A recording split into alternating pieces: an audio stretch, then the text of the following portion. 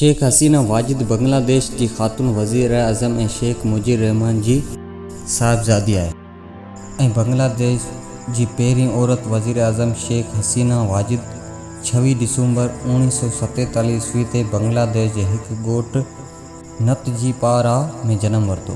हिन इब्तिदाई तइलीम करेला कोपा स्कूल मां हासिल कई। हिन नंढपण वारा ॾींहं पंहिंजे ॾाॾाड़नि सां गुज़ारिया। कुझु अरसे खां पोइ खेसि अज़ीमपुर गर्ल्स स्कूल में दाख़िल कयो वियो। हिन सियासी तरबियत पंहिंजे वालिद खां वरिती ऐं पंहिंजे पीउ जी सियासी फ़लसफ़े खां घणी मुतासिर हुई। स्कूल वारी ज़िंदगी दौरान ई शेख हसीना तमामु वॾनि सियासी अॻुवाननि जहिड़ोकि शेर बंगाल के फज़लुल हक़, हसीन शहीद ऐं मौलाना पाशानी सां मिलंदी रहंदी हुई।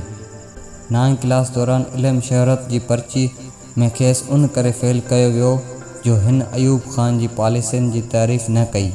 हिन जी जवाबी कापी ते उस्ताद नोट हयो त छोकिरी वॾनि अॻुवाननि जूं तक़रीरूं घणियूं ॿुधियूं आहिनि, जॾहिं त कोरस जा किताब घटि पढ़िया आहिनि। हिन मैट्रिक जो इम्तिहान 1966 ईस्वी में कमर निसा हाई स्कूल मां पास कयो। उन खां पोइ खेसि एडन गर्ल्स कॉलेज में दाख़िल करायो। हसीना पंहिंजे कॉलेज वारे दौर में शागिर्दनि जी सियासी जमायत जो बुनियादु रखियो, जंहिंजी पाण अॻुवान बणी। शेख हसीना शागिर्दनि में घणी मक़बूलियत माणी। हिन जी शख़्सियत ऐं किरदार खां केतिरियूं ई छोकिरियूं मुतासिर हुयूं। शेख हसीना 1968 ईस्वी में PTC जो इम्तिहान पास कयो।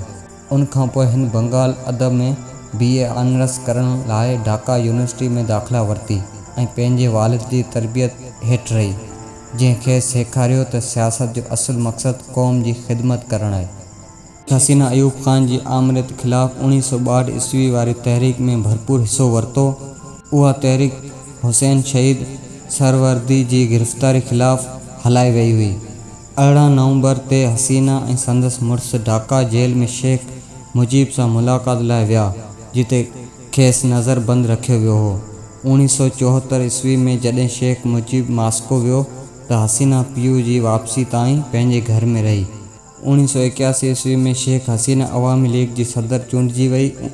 17 मई 1981 ईस्वी ते 6 साल जलावतनी खां पोइ हसीना शेख जॾहिं बांग्लादेश पहुती त ढाका जी हवाई अॾे ते बांग्लादेश जी अवाम संदसि शानदार इस्तक़बाल कयो। हिन जे अचण सां बांग्लादेश अंदरि सियासी सरगर्मी वॾो तहरीक वरितो।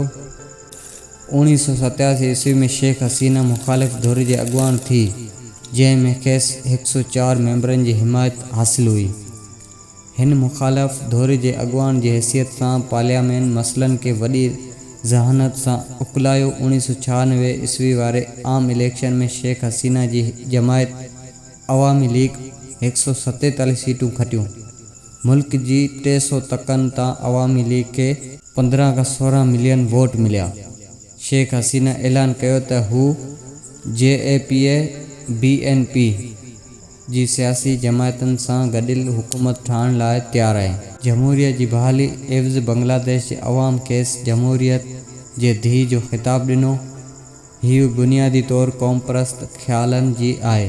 हिन मुश्किल मरहलनि में बांग्लादेश अंदरि जमहूरियत खे बहाल करण में अहम किरदारु अदा कयो।